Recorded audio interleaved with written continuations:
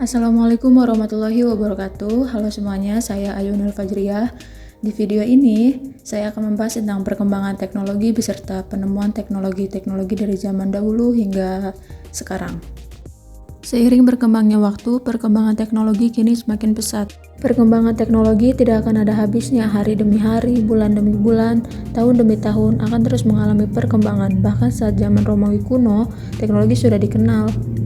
Perkembangan teknologi dihasilkan dari pengembangan cara-cara lama atau penemuan metode baru dalam menyelesaikan tugas yang bersifat tradisional. Perkembangan teknologi sangat penting untuk kehidupan manusia karena teknologi adalah salah satu penunjang perkembangan kehidupan manusia baik di zaman dahulu maupun zaman sekarang.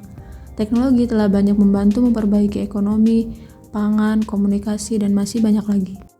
Lalu apakah ada bukti yang menunjukkan bahwa teknologi mengalami perkembangan dari masa ke masa? Tentu ada banyak sekali bukti yang menunjukkan hal tersebut. Selanjutnya, saya akan menampilkan bukti-bukti perkembangan teknologi dari zaman dahulu hingga sekarang. Perkembangan teknologi alat komunikasi dari telegraf hingga telepon genggam smartphone yang kita punya sekarang. Ponsel merupakan suatu hal yang sangat penting di masa sekarang. Setiap orang selalu membawa ponsel kemanapun ia pergi, seakan-akan meninggalkan ponsel merupakan hal yang sangat menakutkan. Banyak sekali informasi yang mungkin akan terlewat dan kita takut menjadi orang yang tidak mengetahui apa yang sedang terjadi. Ponsel merupakan alat komunikasi yang memungkinkan kita untuk saling bertukar kabar. Seiring perkembangannya, alat komunikasi jarak jauh semakin beragam, dari sebuah alat yang bernama telegraf hingga telepon genggam yang kita punya saat ini. Sebelum adanya telepon, sarana teknologi komunikasi jarak jauh manusia adalah dengan menggunakan surat dan burung sebagai pengantar surat. Sehingga terciptanya alat yang bernama telegraf yang akan menjadi cikal bakal adanya ponsel. Pada kisaran tahun 1837, Samuel Finley Breese Morse menciptakan sebuah alat untuk mengirimkan pesan secara jarak jauh.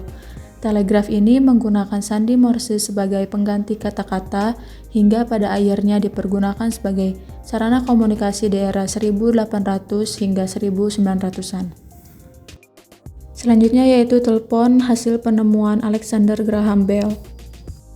Setelah telegraf, muncullah telepon buatan Alexander Graham Bell pada kisaran tahun 1876. Awalnya beliau hanya ingin menyempurnakan penggunaan mesin telegraf, namun ketidaksengajaannya membuat beliau berhasil menemukan telepon pertama dengan satu corong. Jadi kita harus mendekatkan corongnya ke mulut dan telinga secara bergantian. Selanjutnya yaitu ada telepon dinding.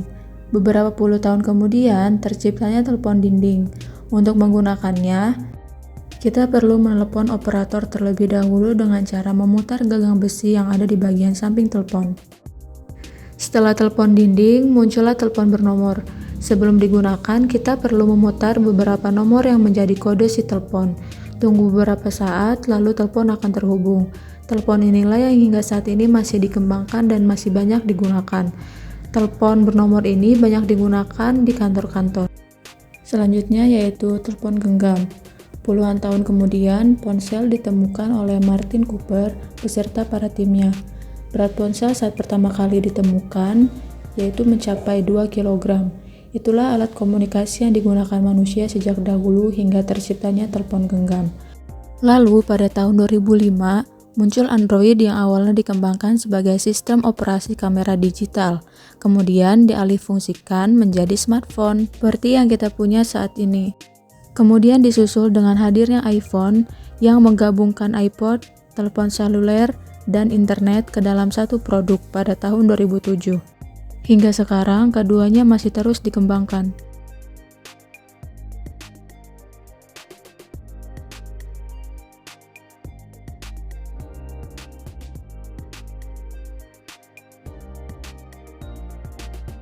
Seperti itulah cikal bakal alat komunikasi yang kita kenal saat ini.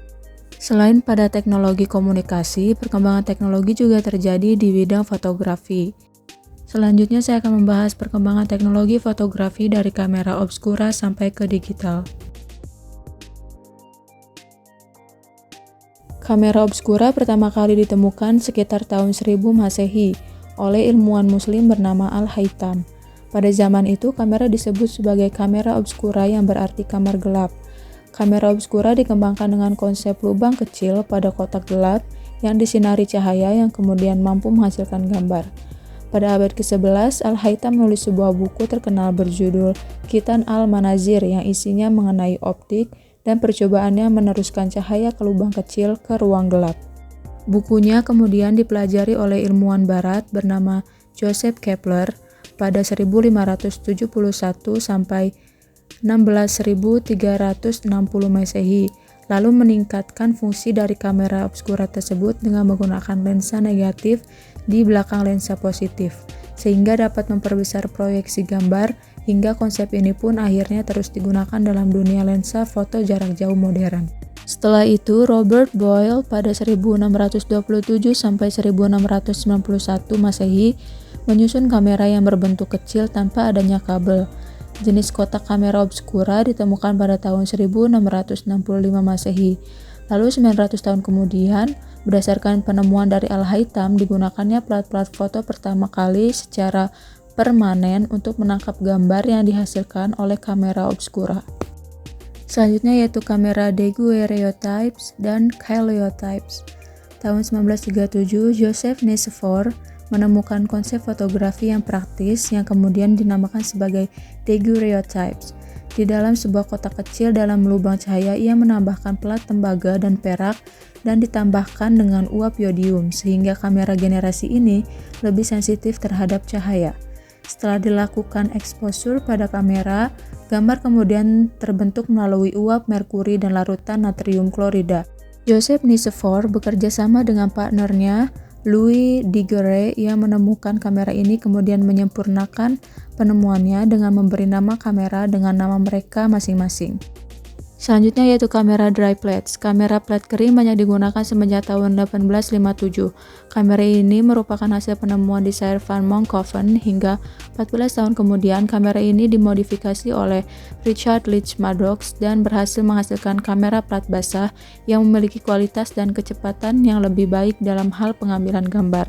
Berikutnya yaitu kamera Kodak dan kamera film. Pada tahun 1885, George Eastman mulai memproduksi film kamera yang kemudian berkembang lagi menjadi seluloid pada 1888 hingga 1889. Kamera tersebut dinamakan Kodak dan mulai dipublikasikan pada tahun 1888. Kamera ini lebih canggih karena hanya terdiri dari satu buah lensa fokus dan satu shutter speed. Dan di akhir abad ke-19, Eastman berhasil membuat berbagai model kamera film, termasuk kamera berbentuk kotak dan lipat. Berikutnya yaitu compact kamera dan Canon. Kamera ini diteliti oleh Oscar Bernack dengan menggunakan film 35 mm untuk membuat kamera yang dapat menghasilkan pembesar gambar dengan kualitas yang baik. Pada 1913 terciptanya prototipe Your Leica kamera 35 mm. Lalu di tahun 1923 setelah mengalami pengembangan, kamera ini mulai dijual luas ke publik sehingga muncullah perusahaan Jepang membuat saingan kamera Your Leica, yaitu kamera Canon yang menggunakan film Cine 35 mm. Berikutnya yaitu kamera TLR dan SLR. TLR adalah singkatan dari Twin Lens Reflex, sedangkan SLR adalah singkatan dari Single Lens Reflex. TLR dibuat oleh Frank dan Heideck pada 1928, sedangkan SLR diproduksi tahun 1933 dan diperkenalkan oleh IHG Exacta dan pertama kali menggunakan 127 roll film. Secara umum, TLR dilengkapi dua lensa objektif dengan banyak fokal yang sama. Satu lensa berfungsi untuk mengambil gambar, sementara lensa yang lain berguna untuk menangkap bayangan yang telah masuk ke lensa pertama. Sedangkan SLR hanya memiliki satu lensa saja yang sudah dikombinasi dengan sensor gambar digital. Selanjutnya ada kamera analog.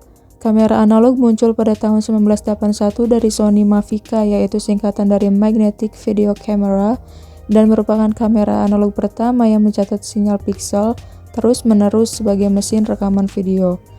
Kamera elektronik selanjutnya yang muncul pada 1986 bernama Canon RC701. Kamera analog pertama yang dipasarkan ke konsumen adalah Canon RC250 Snapshot pada 1988. Dan pada tahun yang sama, Nikon KV1000C diproduksi dan dirancang sebagai kamera untuk pers dan ditawarkan untuk dijual secara bebas. Berikutnya adalah kamera digital. Kamera digital berbeda dengan kamera terdahulu. Kamera digital tidak membutuhkan roll film, namun bisa menangkap dan menyimpan foto atau video pada kartu memori digital atau penyimpanan eksternal dengan kualitas yang baik. Kamera digital termasuk juga kamera yang ada di ponsel kita sekarang dengan kemampuan yang semakin kompleks dan canggih. Kamera digital pertama kali dikembangkan oleh perusahaan Jepang bernama Fuji DS-1P pada 1988 dengan menggunakan memori sebesar 16 MB untuk menyimpan foto-foto yang telah diambil. Kamera digital dijual pertama kali pada bulan Desember 1989 di Jepang oleh perusahaan Fuji. Semenjak tahun 2010 hingga sekarang, kamera digital terus berevolusi semakin canggih dan memudahkan kita untuk mengabadikan momen-momen yang berharga. Pembahasan selanjutnya yaitu mengenai perkembangan teknologi di bidang pemutar musik. Perkembangan teknologi pemutar musik diawali dengan munculnya fonograf. Alat perekam dan pemutar musik ini dikembangkan pada tahun 1877 oleh Thomas Alva Edison. Cara kerjanya cukup sederhana, yaitu jarum yang terpasang pada fonograf menggores aluminium foil yang dibungkus sebuah silinder besi. Berikutnya yaitu gramofon. Kolektor piringan hitam atau vinil telah menjamur dan diburu di banyak negara hingga saat ini. Gramofon adalah alat untuk memutar vinil yang populer pada era 1960-an. Kemudian munculnya radio AM dan FM. Radio masih memiliki banyak pendengar hingga saat ini. Radio menjadi salah satu media untuk mendengarkan musik, meski bentuknya berkali-kali mengalami perubahan.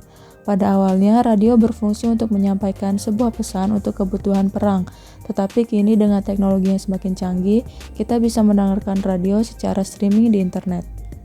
Berikutnya yaitu pita kaset. Pita kaset atau yang biasa dikenal dengan nama tape merupakan media penyimpan lagu-lagu. Dengan besarnya popularitas kaset pada zamannya membuat piringan hitam kalah pamor. Media ini juga merupakan satu-satunya perangkat yang mampu merekam data dengan format suara pada eranya. Berikutnya ada Walkman.